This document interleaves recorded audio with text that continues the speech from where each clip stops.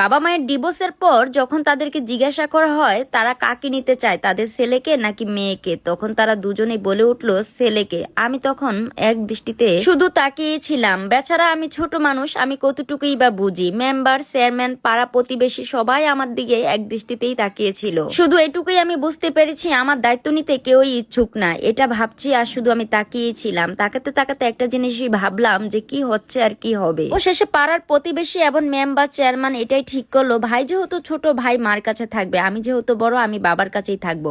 মা চলে গেলেন। যাওয়ার সময় মা একটা মুখে তৃপ্তির হাসি দিয়ে গেলেন। তারপর দেখি বাবাও মুখ কালো করে বসেছিলেন। সেদিন থেকে শুরু হলো আমার নতুন জীবনের অধ্যায়।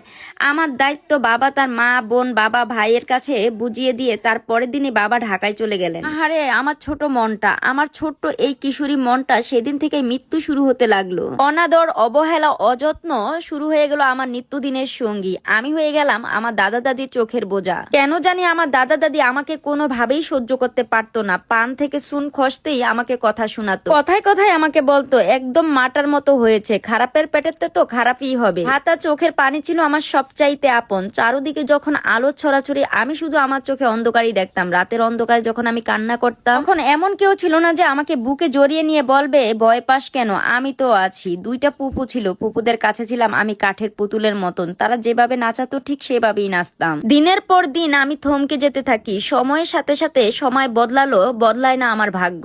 আমি তো ছিলাম আমার দাদা দাদির ছেলের ঘরের নাতনি, অথচ তাদের কাছে ছিলাম আমি একটা কাজের মেয়ের মতন। তাদের যত শত কদর ছিল পুপির ছেলে মেয়েদের জন্য। পুপির ছেলে মেয়েদের মিথ্যা অভিযোগের কারণে কত যে আমাকে মার খেতে হয়েছিল, কত যে কথা শুনতে হয়। একদিন এক মিথ্যা অভিযোগের কারণে আমাকে ছুঁড়ে মেরেছিল লাঠি, যেটা আমার পায়ের ভিতরে একদম কাটার মতো গেঁথে যায়। কত যে রক্ত ঝরেছিল, মনে হয়েছিল হৃদয় থেকে যেন জীবনটা বের হয়ে যাচ্ছিল।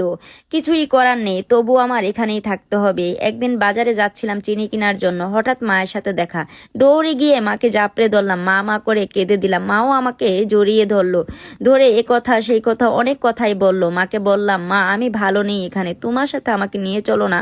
মা কেমন জানি কথাটাকে এড়িয়ে বলল, আজ যাই রে, আমার হাতে সময় নাই। তোর বড় খালার জন্য পাত্র দেখতে এসেছিলাম, তোর বড় খালার পাত্রকে দেখতে যাই। এই কথাগুলো বলেই মা আমাকে একটা চিপস কিনে দিল। চিপসটা কিনে দিয়ে মা চলে যাচ্ছে। আমি এক দৃষ্টিতে মায়ের দিকে তাকিয়েছিলাম। মা পিছন ফিরে আর তাকালো না। আমি আর কি করব, আমার তো বাড়িতে ফিরতেই হবে। তারপর আর কি, চিপসটাকে চিপাতে চিপাতে চিনির প্যাকেটটা হাতে নিয়ে বাড়ির দিকে রওনা দিলাম। চিপসটা হাতে দেখে আমার দাদি আমাকে জিজ্ঞাসা করে উঠলো, চিপস কে দিছে? আমিও কেমন জানি আমার মনের ভিতরে কোনো প্যাচ না রেখে সরল মনে দাদিকে বলে দিলাম, মা কিনে দিয়েছে, মায়ের সাথে দেখা হয়েছিল।